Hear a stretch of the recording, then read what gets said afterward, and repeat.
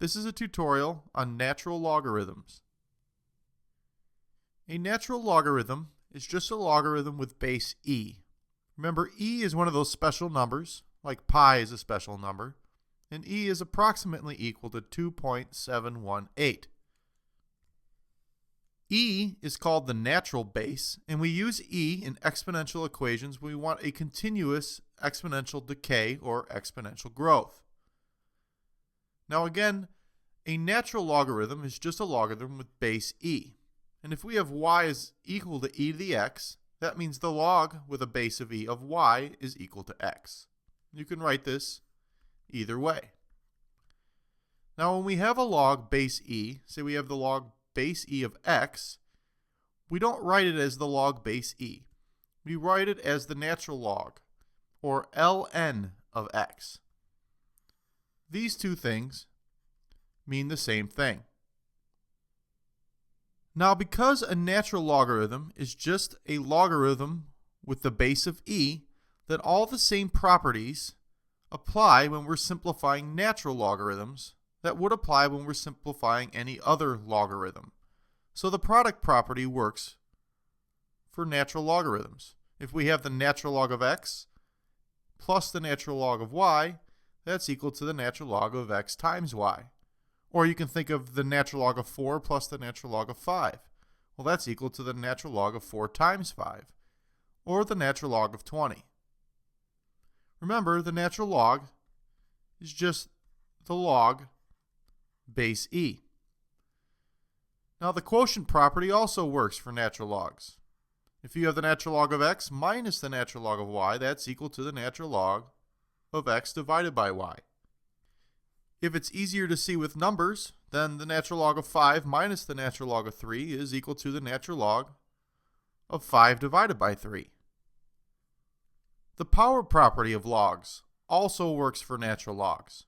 If we have the natural log of x to the power of y, then we can bring out this y through the power property, and this becomes the y times the natural log of x.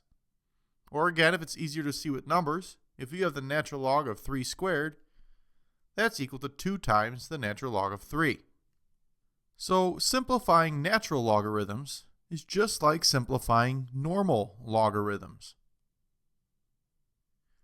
Now let's talk about solving natural logarithmic equations. Here we have the ln, or the natural log, of 4x minus 2 is equal to 5.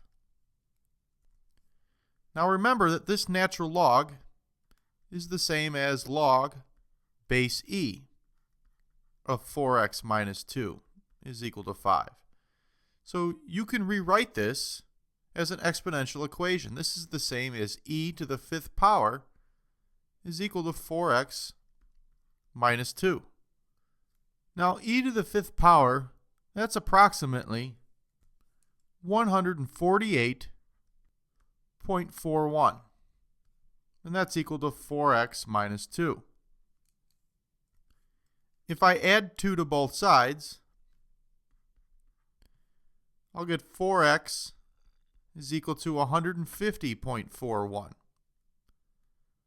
Divide both sides by 4, and I'm going to get x is equal to approximately 37.6. So solving natural logarithms is just like solving any other log. You just convert it to an exponential and then solve for your variable. Now let's talk about solving exponential equations with a base of e. Here we're given the example problem, 10 times e to the 2x is equal to 25. Well, the first step is always to isolate your exponential. So we're going to divide both sides by 10. If I do that, I'll have e to the 2x is equal to 2.5. Now, if we had any other kind of exponential equation, if we had 2 to the 2x was equal to 2.5, well, then we would take the log of both sides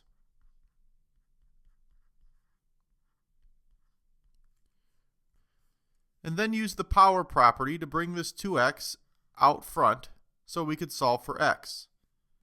Well, solving equations with the base of e is a little bit different. Instead, we're going to take the natural log of both sides. We're going to make this the natural log of e to the 2x is equal to the natural log of 2.5. Now, as usual, I can take this 2x and using the power property, pull it out front of my natural log. So this will be 2x times the natural log of e. And that's equal to the natural log of 2.5. But let's look at this natural log of e a little bit closer. This is the log base e of e. Now, if I wanted to see what that was equal to, I could set it equal to x, say. And then if I rewrote this as an exponential equation, this would be e to the x is equal to e. Well, that means that x has to be 1. So if we take the log of an exponential with the same base as we have inside the log, then we're just going to end up with 1. So this natural log of e, this is equal to 1. So this is 2x times 1 is equal to the natural log of 2.5. Or we can say that 2x is equal to the natural log of 2.5. What's important to notice here is if you take the natural log of e to some number, the natural log and the e are going to cancel. And you'll be left with just whatever's in your exponent, in this case 2x. So we have 2x is equal to the natural log of 2.5. I'm going to divide both sides by 2, and I get x is equal to the natural log of 2.5 divided by 2. This is equal to approximately 0.458.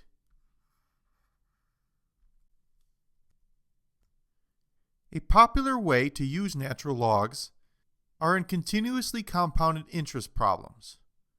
And here we have one. We're told that Bill has $5,000 and is going to invest in an account that has an 8% continuously compounded interest rate. Bill is hoping to have $10,000 to buy a home with.